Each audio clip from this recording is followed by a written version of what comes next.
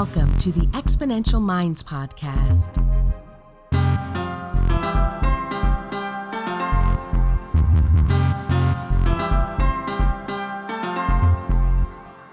The research, development, launch, and growth of new technologies is creating incredible momentum in the modern world. Join Futurist Nikolas Badminton as he talks with the innovators and the exponential minds that are tackling some of the biggest problems and creating solutions that are propelling humanity to the next level. Welcome to another episode of the Exponential Minds Podcast. My name is Nikolas Badminton. I'm a futurist. I travel the world speaking to organizations and governments about how the world's going to change. And today I'm delighted to be talking to a great friend I met a few years ago at an investment conference, Sashko Despotovski. Sasha has a decade of investment experience in the renewable and medical sectors via posts with hedge funds and investment banks in USA and Canada.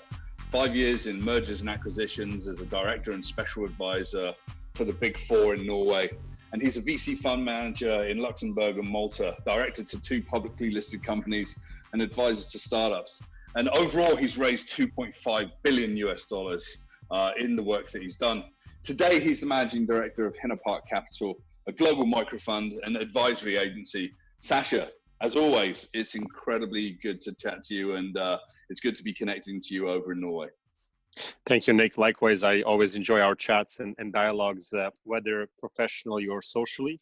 And I look forward to dissecting the world today. I think it's really good. We had a great conversation last week, and it was like, okay, let's capture some of these thoughts at this very exciting time in the world. Exciting, terrifying, fearful, optimistic. You know, COVID-19, the pandemic has certainly shaken things up. But we always start on this podcast by asking, how did you get to where you are today? You're originally from Canada, and now you're in Norway. But what's that journey been like? So journey's been, I think my family has, we're scattered at the moment in 12 different countries, which became very visible during the COVID side of things, trying to maintain different assets, making sure everybody's okay.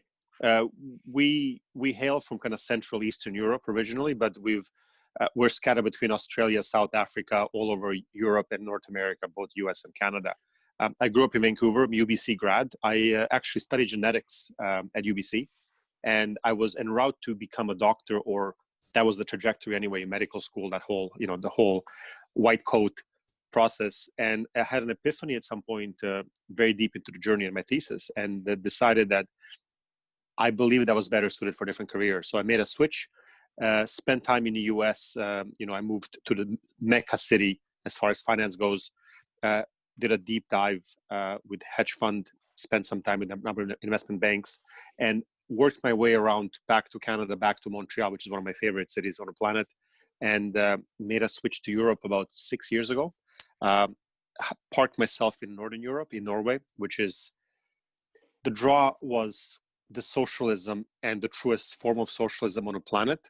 I wanted to really understand the mechanics of how this tiny little nation, very much like Luxembourg, very much like Switzerland, could do so much with, way little, or by way of how they approach things.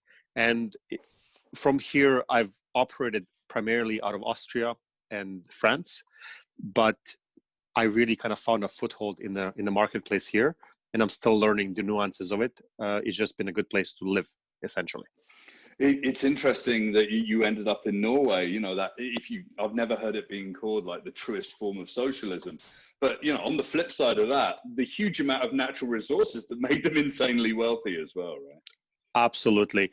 And what I found fascinating, and this is more of a historic premise, Norway has never experienced a golden rush of a sort where the currency has become so hypervalued. Like we're looking at, the Dutch tulip sensation, where a commodity becomes so over commoditized in a sense, and then that's probably a bad way of using it, but Norway has never experienced that. The Norwegian kroner is actually less valued now than their counterparts in Denmark and in Sweden, and yet economically Norway is much stronger as a country and smaller, which is fascinating. And it's fascinating as well that they're starting to divest away from the fossil fuel industry as well, and sort of leading the way. I started chatting to very large investment funds a couple of years ago, $200 billion investment funds, and saying, you know what, New York City, they're gonna sue the fossil fuel companies for pollution. And by the way, Norway is starting to divest. And over the last couple of years, that's been it's been kind of a painful process for them, only because of they're so deeply entrenched in that industry, and the industry has been so, had such a long relationship with them as a country, right? It did. And what's fascinating, Norway is very conservative from the investment perspective, but they're also very foresightful in a way. Norway single-handedly is probably one of the largest single investment groups in Manhattan real estate, or they have been historically. So the nuances keep shifting. They'll keep investing and divesting, but they will go with safe places. So That's really interesting. I never knew that about their sort of deep investment in Manhattan real estate. Sure. They do the same with London. There are a few pockets around the world where real estate is a very good stronghold. And obviously Manhattan is one of them. But Norway also invests quite heavily into Canada, or not heavily, but to a large degree in Canadian stock market. There's a number of portfolio companies which they hold. So it's nice to kind of examine what verticals have interest in them and why. Yeah, and it's interesting. I had a chance to meet a lot of different people that practice foresight and futurism when I went down to work with the United Nations in Songdo, South Korea last year. And there was a huge amount of people there from Denmark, Norway, Finland, Sweden. It seems to be this hotbed of progressive thinking.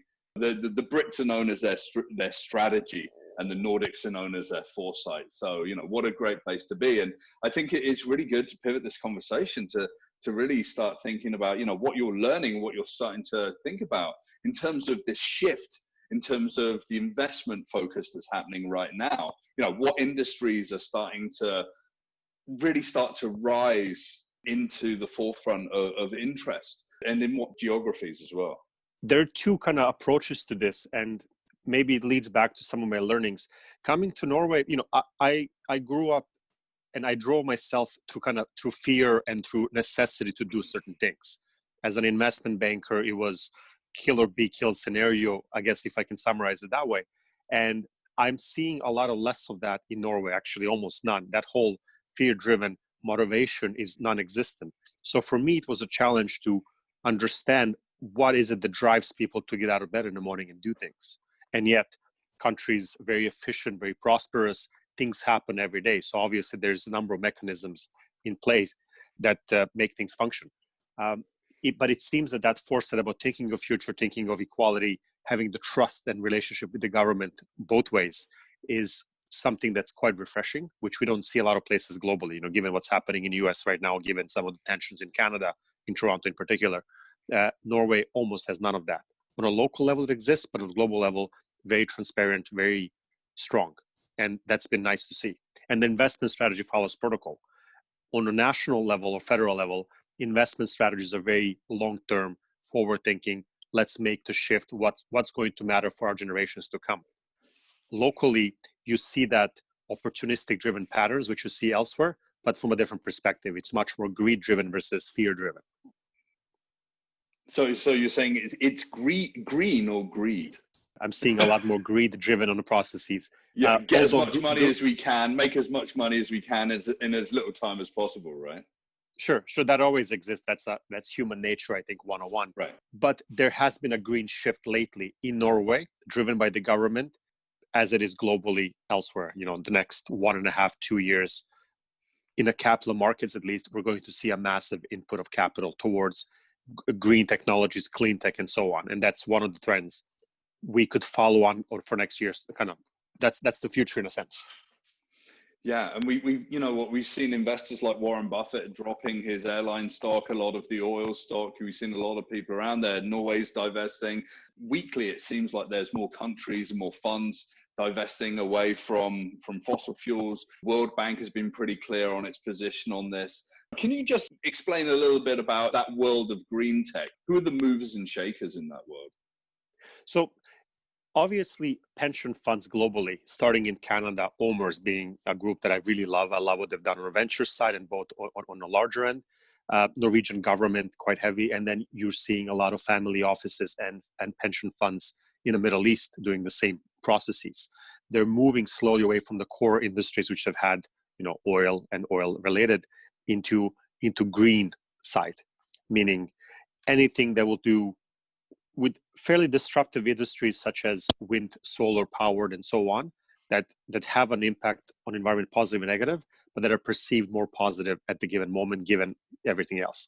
The balance industry impact will shift to some degree, and you're seeing a lot more movement into new technologies and kind of the new wave in this side. Yeah. So when we think about green and thinking about building out these green portfolios, obviously you're from the investment side of things, the mergers acquisition side of things. It seems to be like these funds are overtaking the funds that are getting behind fossil fuels.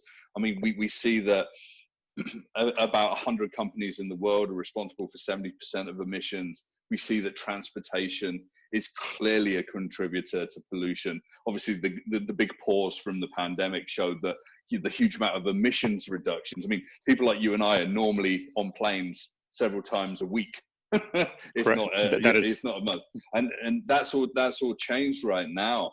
But these worlds of green technologies, wind, solar, and wave technologies, super grids, and whatever.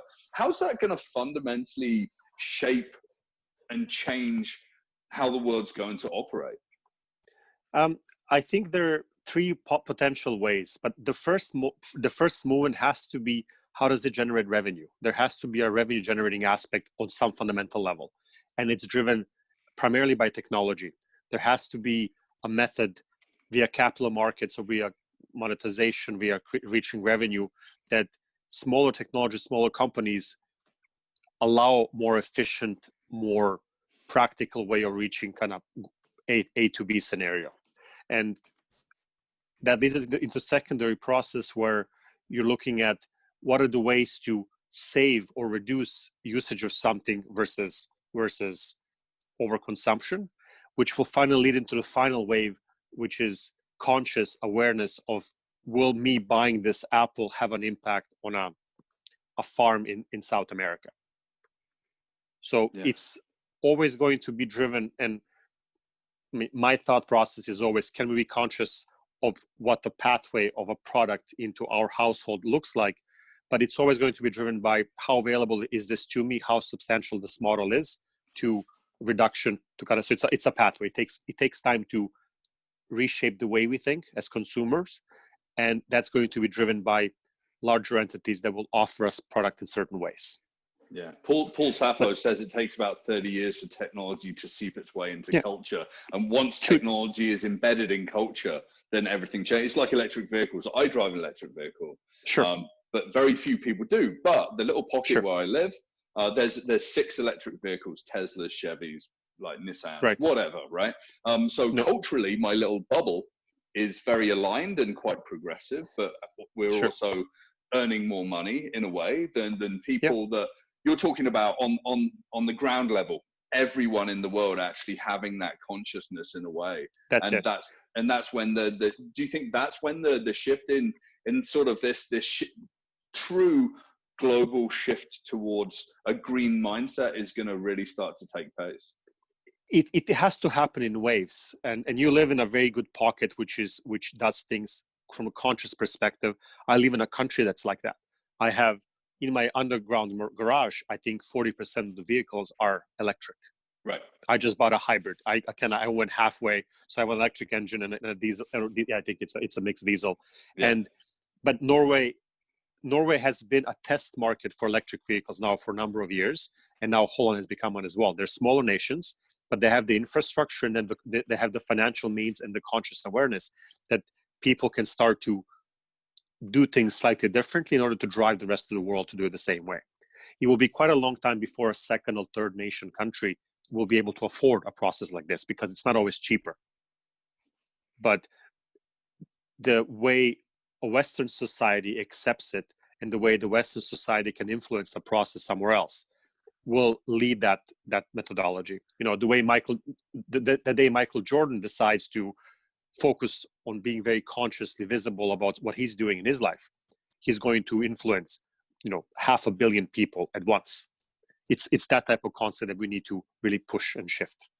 Yeah, and there's a flip side to this as well, right? Sure. Because you're saying, sure. These small nations, they're like greenhouses. You test the product, you get it right, you get people excited, you create advocates, and hopefully it bursts out. Markets pay attention, capital flows in. Even with companies like Tesla and SpaceX and whatever, we're seeing some of those effects, and it takes years, 15, 20, 30 years. But what about China? We're looking at China going full tilt. Everyone says, coal burning in China and this and that and industry. They're a totalitarian government that's literally saying, okay, here's the new world. I was reading the other day on Alibaba, you can buy a $930 electric vehicle. You've got companies like BYD, like that are sort of building out huge amounts of electric vehicle inventory, and people are buying it and lapping it up, and they're looking at super grids. They're building huge solar arrays in Mongolia. They're building relationships with Russia.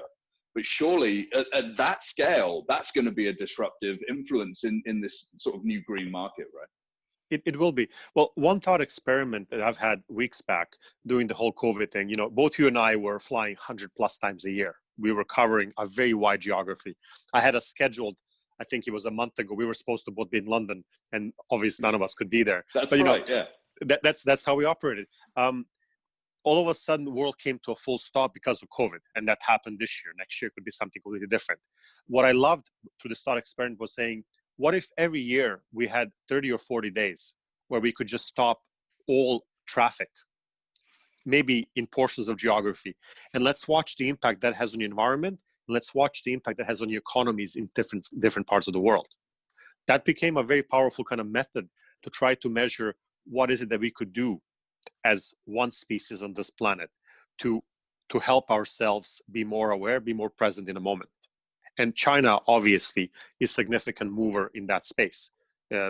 My last trip to China was in November last year, just as COVID was about to happen. I was meant to travel earlier this year, and coincidentally ended up not flying in January. One of my clients did, and he was one of the last flights in and out, in a sense, before China shut down for the Spring Festival or the big holidays. And then COVID became official. So watching the slowdown in economics in flight and the changeover in nature, how quickly it came back to a normal equilibrium, gave me hope that we could potentially in the future influence through different either governmental approaches or different methodologies, the same protocol over and over again. We can do a lot better. But it will take us a couple of strong drivers, like certain geographies in Canada, US, Norway, Holland, for instance, that will drive these processes and that will allow the world to accept it. And the moment China says, let's do it, that's going to be a really big needle mover. Yeah, and by 2030, China is going to be the world's number one economy. India just behind that, and then the US. It's the changing of the guard. What I find interesting about China is that they're going to almost become the de facto ringleader for a number of different Asian countries, just because of their influence in terms of technological might, capital, the ability to move quickly, and these new worlds of electric supergrids and almost zero margin sort of electrical power that's traded in real time. And are we headed towards a world where this wave is going to be, and the ripples are going to be felt in the West, in places like the UK and Europe and places like the US and even Canada? Or are we going to find the sort of the breakdown of globalization is going to cause problems and divide in those situations?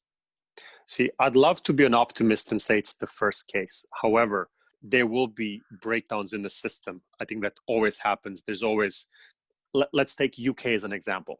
Wonderful country, imperial, created a lot historically. UK uses the most awkward electricity grid in Europe right now. It's true. UK drives, and my aunt lives in London, love him dearly. They drive on the wrong side of the road. The only country in Europe. So metric system, non-existent. UK runs things their own way, and it's going to be a pocket going forward. This whole premise with Brexit and political breakdown, again, of the system. System exists, but it's not efficient. That exists in many pockets around the world. UK is just very visible right now. So China will push the way in certain aspects and revenues, and China's very nimble and adaptive. You can plug any socket into any, like you can plug anything into anything in China. It's engineered in a way to be efficient that it works.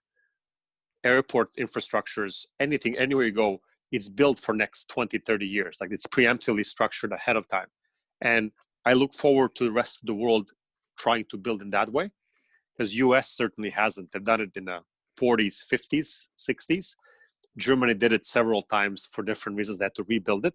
But China definitely has that advantage that infrastructurally they're superior. And they're going to be driving that process until others adapt to that way of doing things. Yeah, and there's also a difference in the mindset as well. It seems like China plans for hundreds of years into the future, as does much of Asia. There's a lot of short-termism in Europe and the West.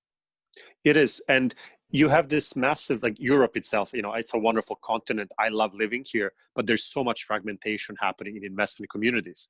French venture groups won't invest much into German groups and convert. So there's this massive ecosystem of walls that are created by just our own way of doing things. Larger family offices, larger funds and infrastructures will always think long term. In Norway, for instance, they really think 15, 20 years out in a sense. China does it at a zero to it. So it's those long-term and mid-term drivers that will influence the way we do things going forward. And that's why more they're connected and interconnected, the more China can interact globally with other groups from Middle East to different parts of Asia, to different European and North American groups, and even Latinams and African. You will see that progression moving forward, which ultimately will create some geographies to be very appealing, like Africa as a continent, 54 nations, so much beauty there, so much power, resources-wise, human power, capital-wise. Largest investors are China and North America to some degree. And it's interesting to see how much forward thinking will be implemented in those little groupings there before we see massive impact on a global scale. Yeah. We saw Africa, there was a lot of turmoil over the past few decades. It seems to have calmed down. Their response to COVID-19 has actually been incredible. We've seen innovation in Somalia with the dollar COVID-19 test. Places like Nigeria really locked it down. Sure. And Nigeria is going to be exploding with incredible thinkers and progressive sort of things. A couple of other people on the podcast in the last few weeks have been out of South Africa, are based in South Africa now. They see the power of the African diaspora as it spreads around the world. And I think many of the listeners will know people that are of African descent or still live in Africa and recognize the power that they have.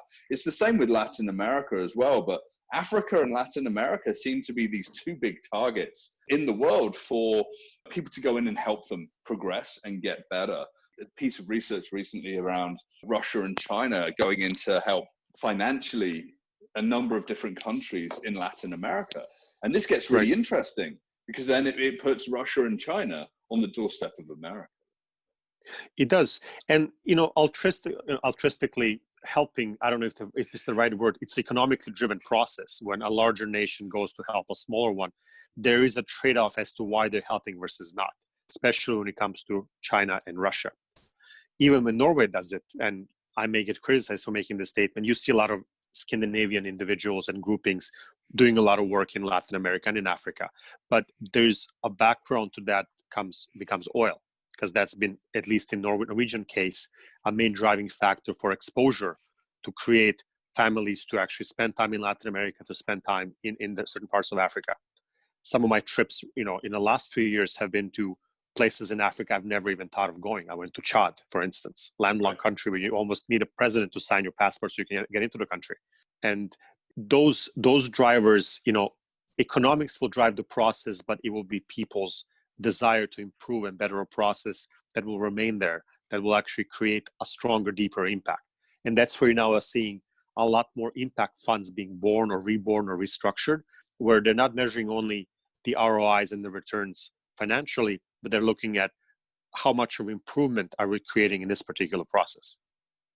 Like, I'll give you an example. There's a local medical family called Lerdal. It's a very odd spelling. You probably know the Annie CPR doll. Everybody trains it. So that was invented here in Stavanger, where I'm based. And it's one local family that this beautiful medical company that's family owned, good revenue.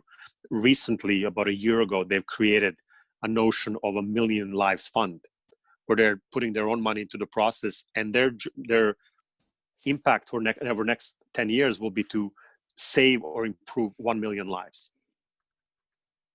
So yes, this fund will be altruistic in a lot of ways. It will make money, of course, but the premise of it is to create an impact on an individual life level anywhere around the globe. And I love those initiatives, and more of that we see, more of that impact-driven process, more we will see that caliber and quality of life raised in certain geographies which aren't necessarily close to us right now. And it needs to be done with a level of altruism as well. You know, this is people, planet, purpose, you know, the triple bottom line, the new world, That's right. Impact investments. So are we careering towards a place that, you know, we have this conversation in 10 years time, and we're living in a world where the majority of investments that are happening are in green funds and impact driven investments as well? I think there will be a lot more awareness of that. There will be always a very capitalistically driven processes where money is king. And you know, I worked within, you know, I worked at PwC, which is very similar to KPMG and Deloitte and so on. They're great groups, but they're bottom line, you know, driven in terms of revenue, and they have impact programs and they do great social awareness things as well. But bottom line, they're driven by finances in a lot of ways. And it's not a critique, it's just, you know, what sustains the model. They're big employers.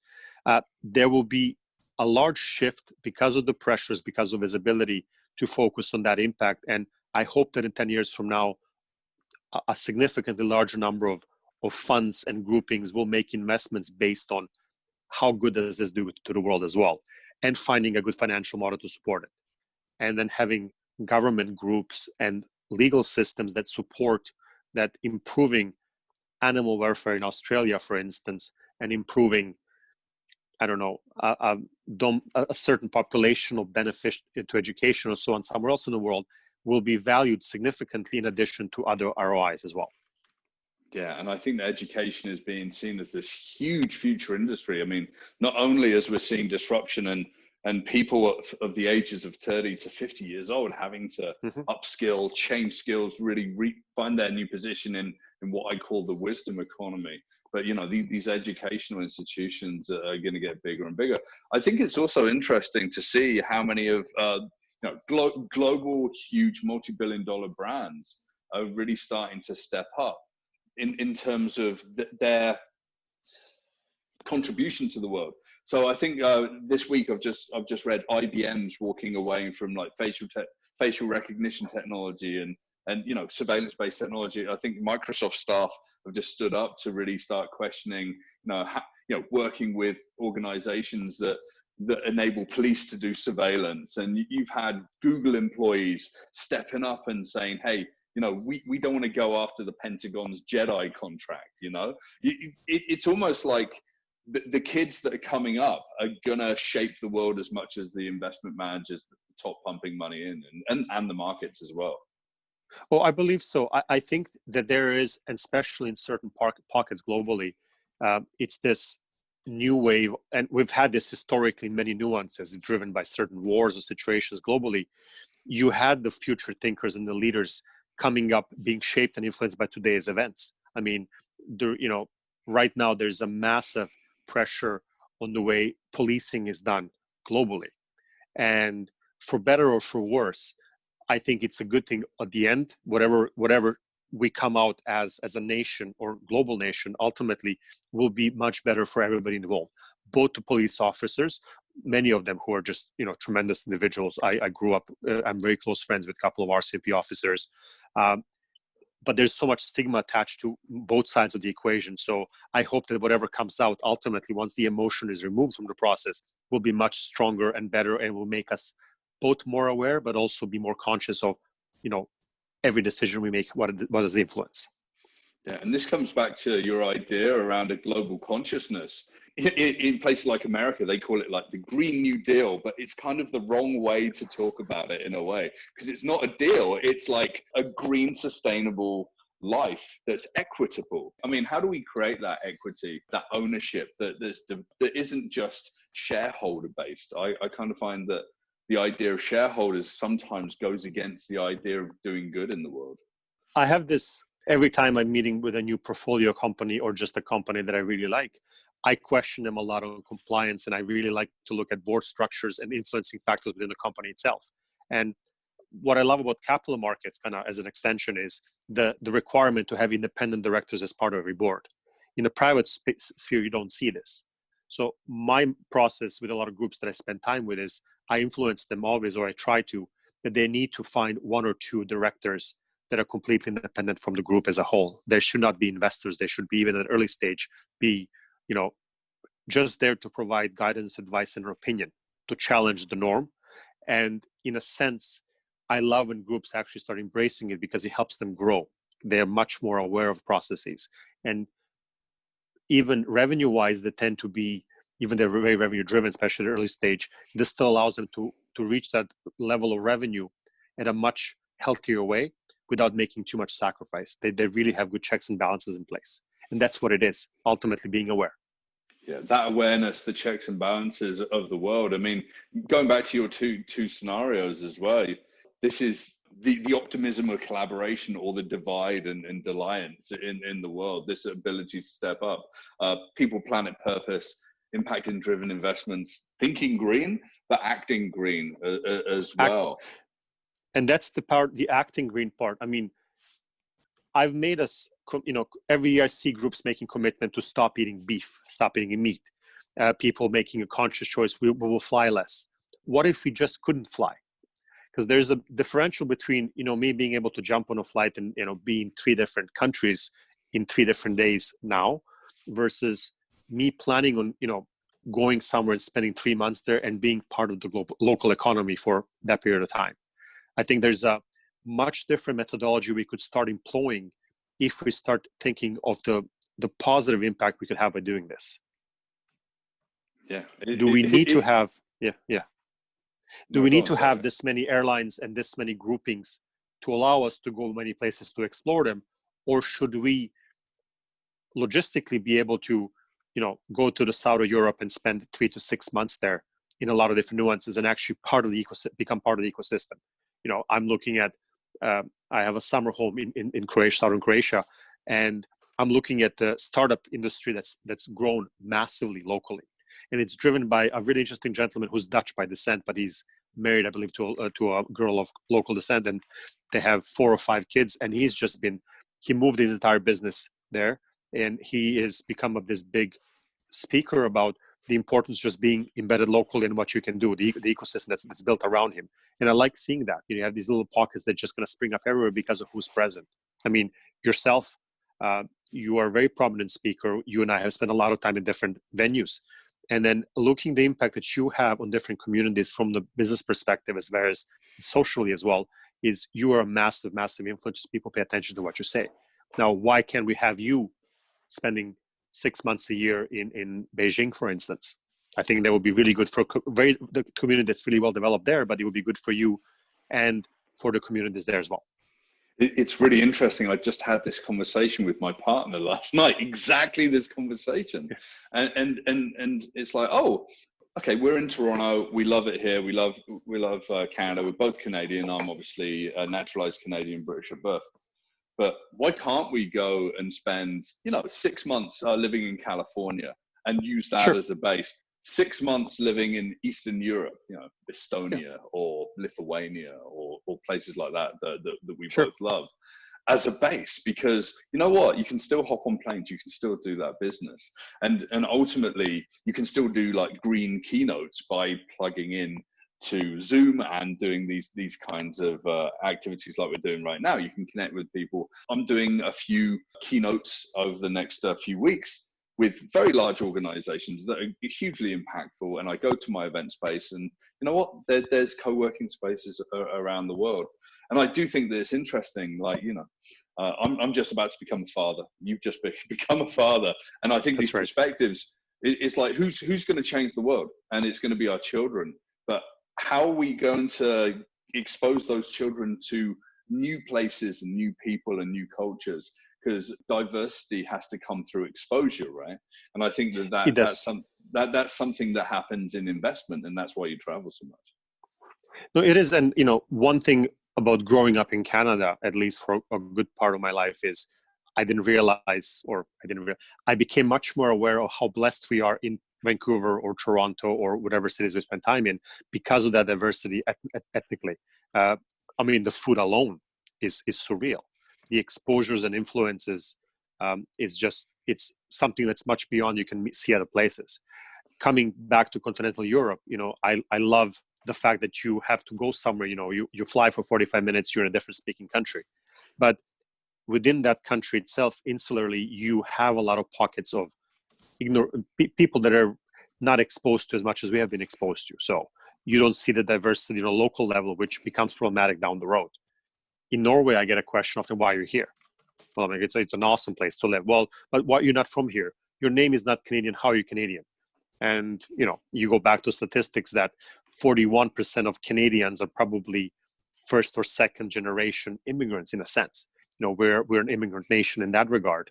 Like you, I was naturalized as well. I wasn't born in Canada, but I feel Canadian through and through. Like I see the flag, I hear the national anthem, both English or French version. And, my heart goes a little bit soft because it is the place that's mine. Now being a global child, and my family will be quite global, they will always have a place under the sun somewhere. But I just want them to have exposure as much as possible to understand where they belong and why, and they can make that choice themselves. Yeah, and I think that this is a really good point, to summarize what we've been talking about. Exposure to the new world, being out there, growing as families, feeling our responsibility. Green is an investment in your consciousness as much as it is in the industries that are going to change the world, as much as the markets that are going to change the world.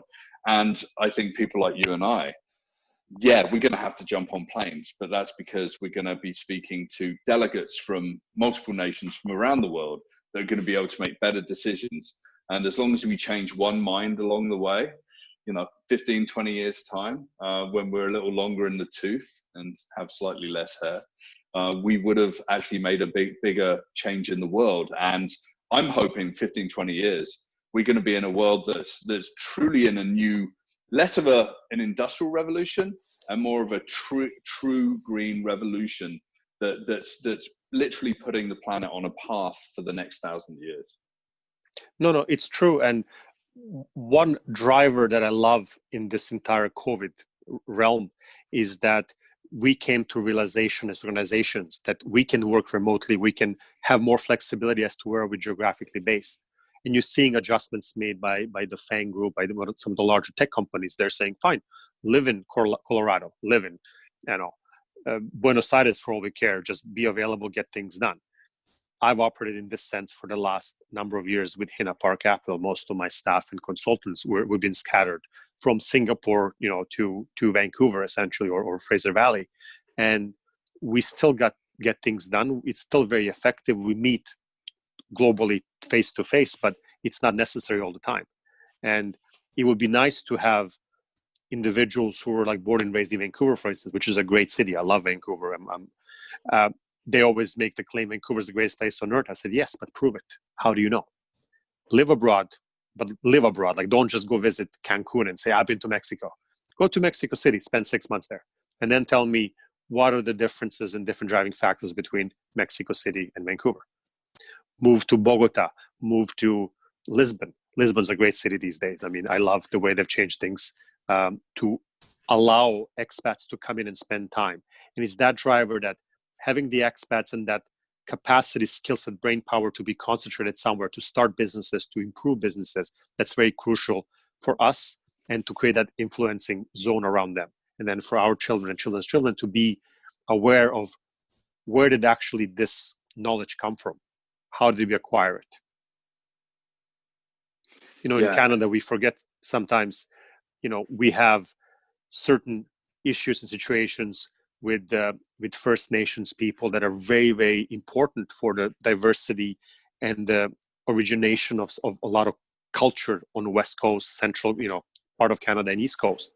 And some of those teachings have been lost over decades. And now they're slowly kind of coming back, but they're almost being recreated from the outside on the inside. To me, it's very important to have all those teachings as part of the history part of school from early on. why do we have totem poles on the West Coast? Which tribes existed around Canada, in the US as well? It's really important part of the culture. Yeah. So yeah, looking into the past, but very much like standing here today and creating those alliances and bringing everyone into the future. Sasha, I'd like to thank you very much for your time today. I think this conversation has illustrated, the need for global mindsets, the need for global influence, the need for global action, and that action is as much that new consciousness as it is recognizing that people on the ground floor, they're out in the streets, they're out in the rural communities, they need help, and also, the idea of socialism. I don't think we should discount it so much in the face of capitalism, and maybe that there's going to be a new blended world in the future. I sure hope so. Thank you for your time. It's always a pleasure to see you, and always great to share some thoughts and reshape them again, because you challenge how I think, and I hope I do the same. And hopefully we're both better off after this conversation, as are those who listen to it as well. Yeah, absolutely. And I've learned a great amount of information, and these conversations are essential to me, Sasha. So, we'll be talking weekly as we've always been doing going forward. Thanks so much. Pleasure.